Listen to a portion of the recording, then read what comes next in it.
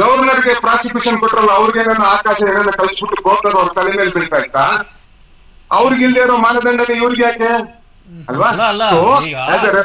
ನೀವು ಸಿದ್ದರಾಮಯ್ಯನವ್ರಿಗೆ ಪ್ರಾಸಿಕ್ಯೂಷನ್ ಕೊಟ್ಟಿದ್ದಾರೆ ಅನ್ನೋ ಒಂದು ಹಿನ್ನೆಲೆಯಲ್ಲಿ ನೀವು ಈ ರೀತಿ ಮಾಡಿದ್ರೆ ಅದು ವೆಂಜನ್ಸ್ ಅಂತ ಪ್ರಜ್ವಲಿಸ್ ಅಂತ ಆಗೋದಿಲ್ವಾ ಸರ್ಕಾರಕ್ಕೆ? ಅಲ್ಲ, ಈಗ all these things are pending with the honorable governor for the last 4 months, 6 months, 8 months.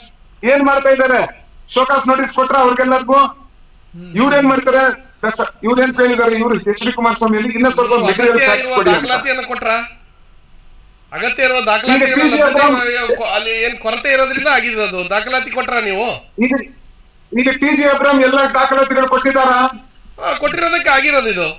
ಪ್ರತಿಯೊಂದು ದಾಖಲಾತಿ ಆಗಿರೋದು ದಾಖಲಾತಿಯ ಲಭ್ಯತೆ ಕೊರತೆಯಿಂದ ಅಲ್ಲಿ ಸಮಸ್ಯೆ ಆಗಿರೋದು ಬಿಟ್ರೆ ಬೇರೆ ಏನು ಅಲ್ಲ ಸ್ವಾಮಿ ಇದು.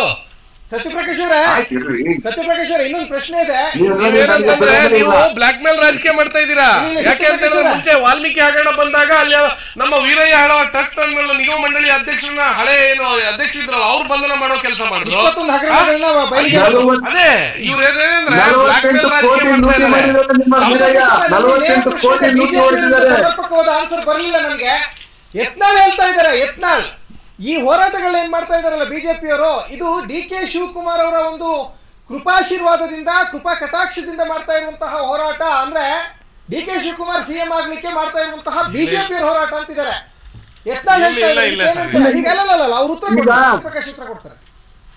ಈಗ ಬಿಜೆಪಿಯವರು ಇಂತ ಲಜ್ಜೆಗೆಟ್ಟ ತನಕ ಇಳಿಸಿದ್ದಾರೆ ಅಂದ್ರೆ ಈಗ ನಾವ್ ಇನ್ನೇನ್ ಹೇಳೋದು? ಬಿಜೆಪಿ ಅಪೋಸಿಷನ್ ಲೀಡರು ಮತ್ತೆ ಅವರ ಅಧ್ಯಕ್ಷರಾದ ವಿಜಯೇಂದ್ರ ಯಡಿಯೂರಪ್ಪ ಅವರು, ಅಶೋಕ ಮತ್ತೆ ಯಡಿಯೂರಪ್ಪ ಅವರು ಡಿ.ಕೆ. ಶಿವಕುಮಾರ್ ನಮ್ಮ ಅಧ್ಯಕ್ಷರು ಮಾತು ಕೇಳ್ಬಿಟ್ಟು ಒಂದು ಸಿಎಂ ವಿರುದ್ಧ ಪಾದಯಾತ್ರೆ ಮಾಡ್ತಾರೆ ಅಂದ್ರೆ ನಾವೇನ್ ಮಾಡೋದು ಸ್ವಾಮಿ? ಅವರೇ ಆನ್ಸರ್ ಕೊಡ್ತಾರೆ. ಅವ್ರನ್ನ ಮಾಜಿ ಮಂತ್ರಿ ಯಾವುದೇ ಕಾರಣಕ್ಕೂ ಆತರ ನಡೆದೇ ಇಲ್ಲ. ಯಾಕೆಂತಂದ್ರೆ ಯಾವುದೇ ಕಾರಣಕ್ಕೂ ಅದು ನಡೆದೇ ಇಲ್ಲ ಆತರ. ಇವರಲ್ಲಿ ಒಳ ಜಗಳದಿಂದ ಹಾಳಾಗ್ತಾ ಇರೋದು. ನಿಮ್ಮ ಸರ್ಕಾರ ಯಾರು ಇದ್ ಮಾಡೋದ್ ಬೇಡ, ನೀವಾಗಿ ಬನ್ನಿ ಎಲೆಕ್ಷನ್ಗೆ. ಒಂದ್ ನಿಮಿಷ ಅವ್ರನ್ನ ಸುಮ್ನೆ ಇರಿ ಅಂತ ಹೇಳಿ ನಾನು ಒಂದು 3-4 ಫ್ಯಾಕ್ಟರ್ ಹೇಳ್ತೀನಿ. ಸತ್ಯಪ್ರಕಾಶ್ ಅವರೇ, ಸೋಮಣ್ಣ ಅವ್ರು ಏನ್ ಹೇಳ್ತಾರೆ ಇರಿ ನಾನು ಕೇಳ್ತೀನಿ. ಸೋಮಣ್ಣ ಅವ್ರು ಏನ್ ಹೇಳಿದ್ರು? ಇವ್ರನ್ನ ಅರೆಸ್ಟ್ ಮಾಡಬಾರ್ದು ಅಂದ್ರು. ಶೋಭಾ ಕರಂದ್ಲಾಜೆ ಏನಂದ್ರು? ಇವ್ರನ್ನ ಅರೆಸ್ಟ್ ಮಾಡ್ಬಾರ್ದು, ಇದ್ರಲ್ಲಿ ಏನ್ ಕೇಸ್ ಇಲ್ಲ ಅಂದ್ರು. ಬಹಳಷ್ಟು ಜನ ಇವ್ರ ಕಡೆಯವ್ರೆ, ನನ್ ಕಡೆಯವ್ರಲ್ಲ. ಮುಖ್ಯಮಂತ್ರಿ ಇಸ್ ಕ್ಲೀನ್ ಅಂತ ಅವ್ರೆ, ಇವ್ರ ಕಡೆಯವ್ರೆ.